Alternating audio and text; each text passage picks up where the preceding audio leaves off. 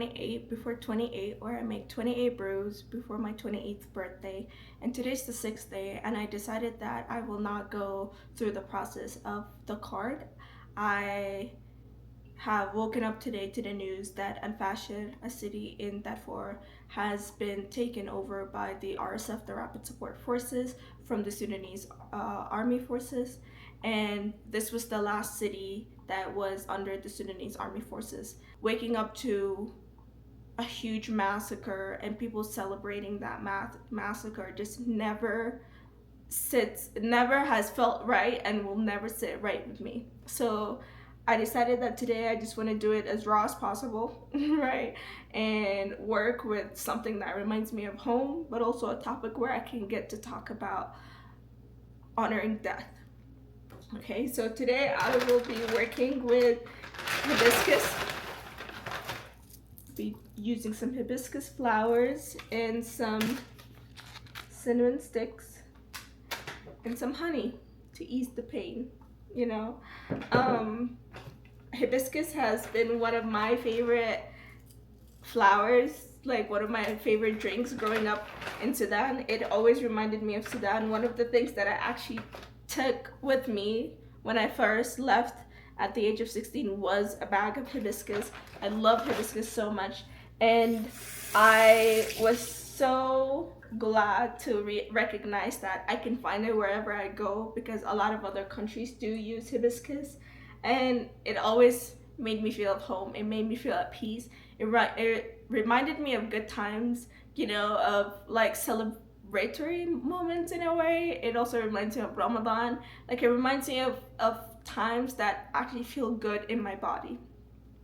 And the way I've been learning about the herbs and the flowers and the plants is that a lot of the color of the plant lets us know the thing that it can, like, it how it benefit us. So for example, like hibiscus has a really dark red color, so then I associate it with the blood, right? And the benefits of the hibiscus actually does help with blood. It helps with blood pressure and regulating the sugar in the blood stream. And it just, I love its rich taste. Like, I love tarty taste to it. It does have like a berry taste to it, but I just love it. I love it being so thick, and I love the sweetness in it. Obviously the sweetness is added, right? It's usually sugar, or for me today it will be cinnamon and honey. But it's my comfort drink. It also, I drink it when I'm on my period too, you know. It helps me with my cramps. So it's like that, those are like the association of the plant, but also how it does function within our bodies. And today when I woke up to the news about what is happening in Al Fashir, obviously it's been happening, but having that turnover of like like just going from one control to another and just seeing how it's being celebrated, like a lot of people dying, that has never felt good with me. And I had found a lot of issues kind of like having to deal with that amount of death in my life. But within the past 2 years, I made it an actual effort for me to spend time with that and to sit with it. And one of the ways that has helped me is to honor the people who have passed, right? The people who are no longer here, and pray for them in a way where I know my prayer is that I acknowledge them. I think a lot of the times when things happen in such large numbers, it's the shock of it is there for a second, but then when you sit down and try to like give reverence to each person, you just realize the weight of the amount of people that we're losing each day, and that there are videos of people who are celebrating that the same murderers who are committing these crimes. And I made it a choice not to spend my time doing that every single day. I can't do it. It doesn't feel right in my body. I don't know how to do it properly, and I don't think anybody is supposed to know how to do it properly. But I found my way. I found my ways. And one of those ways is to sit with a candle I light up a candle. Today there's already a candle being lit up today, this morning. And I send a prayer acknowledging those who have died. And I wish them ease. And I also pray for those who are still left in those areas for them, not just peace, but justice, for protection. I ask them to protect those who are left behind. And it might seem selfish, but also I'm like, no life is wasted. And even my life, I give so much gratitude for my life now, because I recognize what death is and I appreciate it in our life, but I do not appreciate the ways in which we have normalized it. We became so desensitized to it, and I choose not to be desensitized. So I choose to let it break me, because that's how it feels. I choose to let it be as raw and real as possible, because that is what it's supposed to be. It's not supposed to be an easy transition. It's a loss of life. A life that was meant to be lived. Just as simple as that. And this is a topic I've talked about in terms of like the purpose of life, and I've always kind of like, I was in that, I lost myself into the question of like, what is the purpose of my life?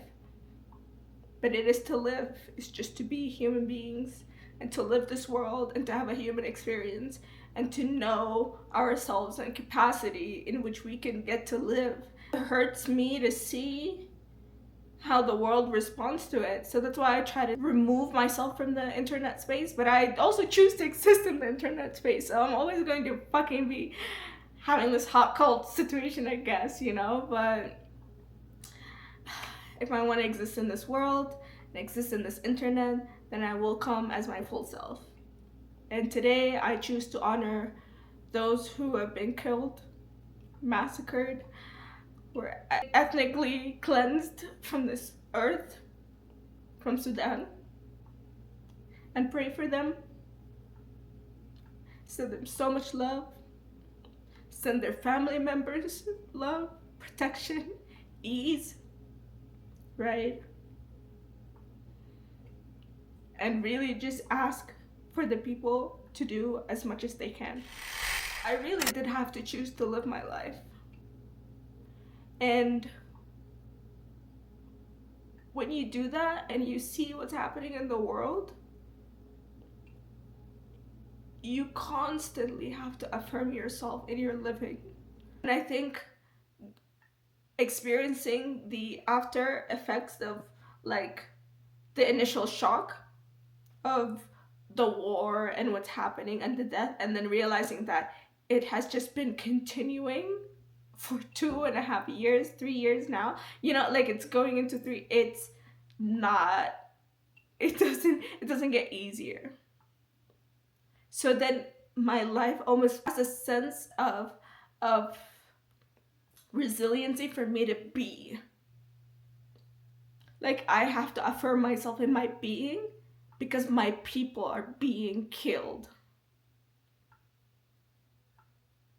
So why do I think that my life is worthless and want to end it?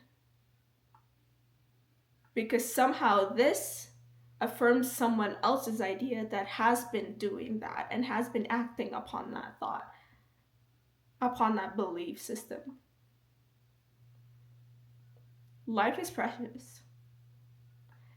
And it took me a while to realize that. Shit, it took me 26 fucking years, you know? And I'm glad it did take me this much, I guess, you know what I mean? Maybe it wasn't always in the forefront of my brain, but I'm glad I reached to this point because I refuse to take that narrative and to accept that. So I will not hide who I am. I will not shy away from my being, from my living, because someone else chooses to try to dim me down and try to tell me my life is not worth anything, or that it's worth the gold that they're fucking stealing, or the oil that they're extracting, or the resources, or the power that they're convoluting in their fucking minds.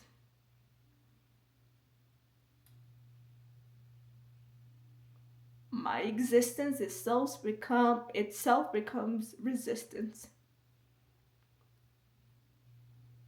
And to even come to terms with that, it's already a journey, let alone going out and existing in the world like that. So choose life. Choose to honor life, but also choose to honor death. And honor those who have passed away. Many we will never know their names, but they were people who had loved ones, people who had community, people that they frequent places and spaces. And this earth remembers, the ground remembers, the soil remembers. So don't try to forget. Your life is worth it. This is my brew for today. Thank you. I love you. And until next time.